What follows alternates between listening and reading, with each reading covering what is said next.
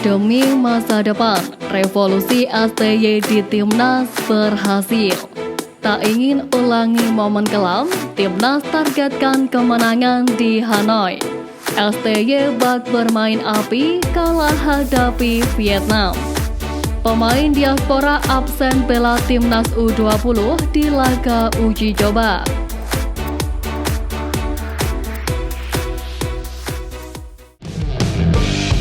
Pelatih Timnas Indonesia Sintayong langsung panen rekor mentereng setelah membawa Garuda mengalahkan Vietnam pada laga kualifikasi Piala Dunia 2026 zona Asia. Berkat kemenangan tersebut, Sintayong berhasil membawa Timnas Indonesia mengakhiri penantian 19 tahun untuk menang di fase grup kualifikasi Piala Dunia. Kemenangan ini pun membuat Timnas Indonesia menggeser Vietnam menempati posisi kedua di klasemen sementara grup F. Kini tim besutan Sintayong itu telah mengoleksi 4 poin dari 3 laga. Tentu saja kemenangan yang diraih Timnas Indonesia tersebut tak lepas dari tangan dingin Sintayong. Terbukti ramuan taktik jitunya mampu membawa Garuda mempecundangi sang musuh bebuyutannya tersebut.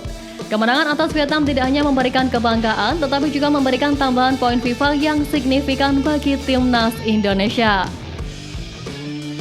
Timnas Indonesia U20 baru saja menjalani laga uji coba internasional melawan Cina U20 di Stadion Madia Jakarta semalam. Diadakannya laga uji coba ini yakni sebagai bentuk persiapan jelang menjalani beberapa agenda penting, di mana Timnas Indonesia U20 akan berlaga di Piala AFF U19 2024 dan kualifikasi Piala Asia U20 2025. Dari 37 nama yang dipanggil Indra Syafri, terdapat 5 pemain yang sedang bermain di klub luar negeri. Mereka adalah Marcelinus Amaola, Eros Dermawan, Welber Jardim, Koyun Damanik dan Dylan Yabran Rinaldi. Dari kelima nama tersebut, Koyun Damanik masih belum bisa merapat ke Timnas Indonesia U20 hingga laga kedua nanti. Diketahui skuad Garuda Nusantara juga akan menghadapi Cina U20 lagi pada 25 Maret mendatang. Pelatih Timnas Vietnam Philippe Trochy mengaku berambisi membalaskan kekalahan timnya dari Timnas Indonesia dalam fase grup F putaran kedua kualifikasi Piala Dunia 2026 zona Asia. Philippe Trochy mengatakan timnya akan berbenah diri untuk laga selanjutnya. Hal tersebut agar Vietnam dapat bermain lebih baik saat menjamu skuad Garuda nanti. Pria asal Prancis itu mengatakan kemenangan adalah target utama Vietnam dalam laga mendatang. Sebab timnya ingin menjaga kans dapat melaju ke putaran ketiga kualifikasi Piala Dunia 2026. Saat ini Timnas Vietnam berada di posisi ketiga klasemen grup F dengan 3 poin. Poin itu dari sekali kemenangan dan 2 kali kekalahan. Sementara itu Timnas Indonesia berada di posisi kedua dengan 4 poin. Poin itu dari sekali menang, sekali imbang, dan sekali kekalahan. Menarik dinanti, akankah Vietnam mampu membekuk balik Indonesia di kandangnya nanti? Seperti diketahui, Jay Izel berhasil tampil apik dalam menjalani debut bersama Timnas Indonesia saat mengalahkan Vietnam. Pemain Venesia tersebut tampil begitu tenang di jantung pertahanan tim Merah Putih. Berduet dengan Justin Hubner, ketenangannya begitu vital hingga menghindarkan Indonesia dari kebobolan. Penguasaan bola dan akurasi umpan yang sangat baik dari keduanya pun mampu membantu serangan ke gawang lawan. Dikutip dari Lapang Bola, Izzat menjadi pemain Indonesia yang paling sering mencatatkan umpan akurat dengan 46 kali umpannya tepat sasaran. Duo Jay Izzat dan Justin Hubner benar-benar membuat pertahanan Timnas Indonesia tampil kukuh sehingga sanggup meredam seluruh serangan skuad Golden Star Warriors. Bahkan ketika Hubner menangis usai laga, pemain yang paling aktif memberikan support ialah Jay Izzat.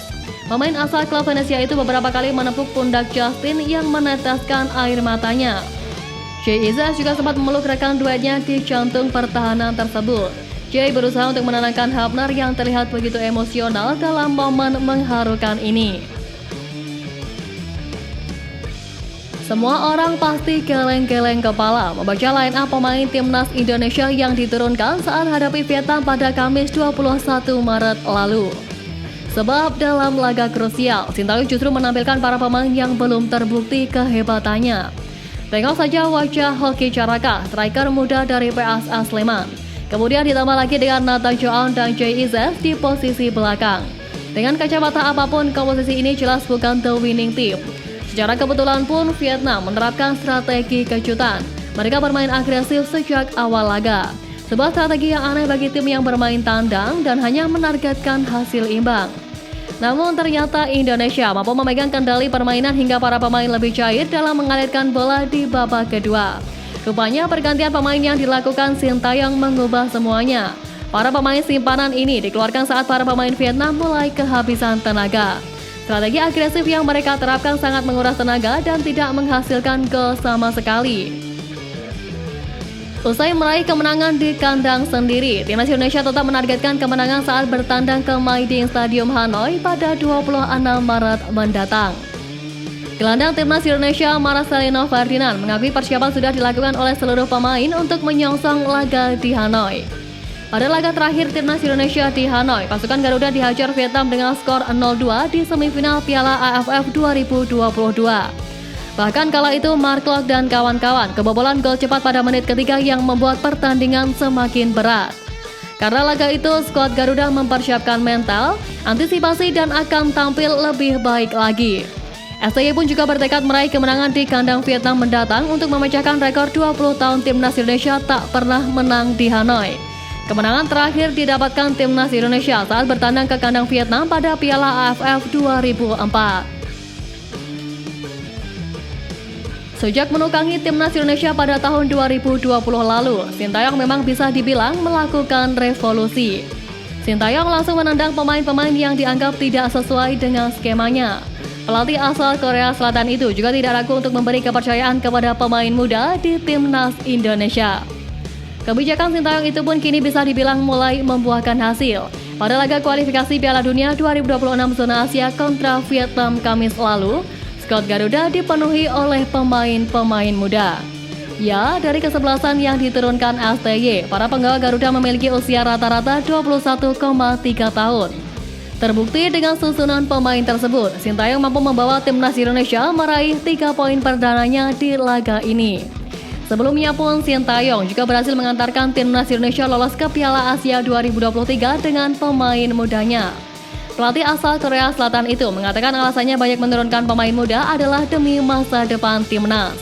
Harapannya di laga selanjutnya, skuad Garuda mampu meraih kemenangan lagi. Kabar kurang menggembirakan datang dari gelandang Persib Bandung Mark Klok yang meninggalkan Timnas Indonesia dan dipastikan absen saat skuad Garuda bertandang ke markas Timnas Vietnam nanti. Gelandang berdarah Belanda ini harus meninggalkan skuad karena mengalami masalah pada kakinya dalam beberapa pekan terakhir. Ketika memperkuat Persib Bandung di Liga 1 musim ini, Klok sampai-sampai menggunakan painkiller supaya dapat tampil. Di laga Timnas kemarin pun Klok sama sekali tidak dimainkan oleh Sintayong karena kondisi fisiknya yang tidak memungkinkan. Diketahui Mark Klok harus menjalani penyembuhan di Singapura. Kepergian Mark Klok ini pun tak perlu terlalu diratapi.